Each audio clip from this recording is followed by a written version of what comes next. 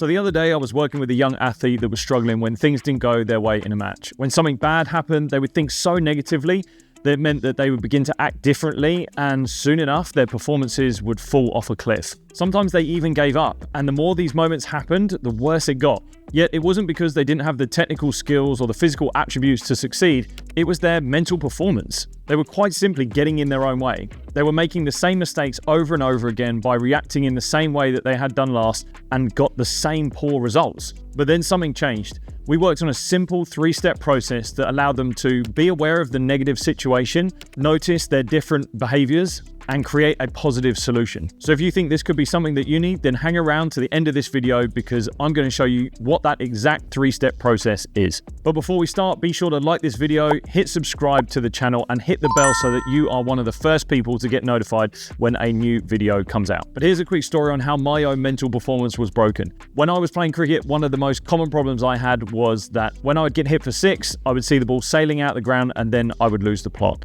And I would do one of two things. I would either try harder or potentially become more careful, and either one I'd still get hit further. But I would be telling myself that I'm no good, I don't think the coaches think I'm any good, my team thinks I'm no good, and that just made things worse and worse. And then after the games, I'd find myself so frustrated in how I'd performed and I wasn't doing anything about it. But then I found a simple solution that allowed me to become aware of the process of exactly what was going on. And once I noticed it, I couldn't unsee it. And I was able to then start taking action towards better performances, and my game completely changed. And this process was so simple, it's a joke. So what is this 3-step process? Well, you're going to want to grab a notepad and pen, and if you want to pause the video at any moment, then do that before we move on to each next step. But let's go. So step 1 is inner opponents. Our inner opponents are negative experiences that we have, followed by the emotions and beliefs that come after. So again, for my example was when I got hit for 6, I believed I wasn't any good. My coaches didn't think I was any good. So those were my emotions and my beliefs around that activity. So for this first part, simply put, when and then insert your inner opponent happens, I think or believe, and then insert your emotions or beliefs. And it's all about being honest with yourself. It's about tuning into what you're telling yourself. It's understanding your emotions and then recognizing what that's doing to you. It's about a bit of self-reflection and introspection, looking inward. And one of the best ways that you can do that is by using meditation. And that's exactly why I created the Mind Strong Sport app, the mental gym to help you develop your mind as your greatest strength. With meditations, mindset courses, exercises, and more, the Mind Strong Sport app is the exact place for you to build your stronger mind today. So click the link in the description of this video to download the app for free right now.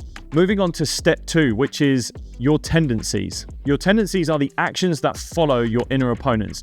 So for my example, when I get hit for 6 and I think I'm no good, I would then either try harder or become more careful. But both of these meant that I was never really fully in control of my performance, I wasn't fully committed, and ultimately led to poor performances. So for this step, you're going to note down what your tendencies are. What is it that you do when your inner opponent shows up? If you can't think of anything, one of the most challenging, but it's a simple way to go through it, is to ask your coaches. Sometimes your coaches can see things that you can't. So go up to your coach and say, hey, when I'm not performing at my best, what is it that you tend to see?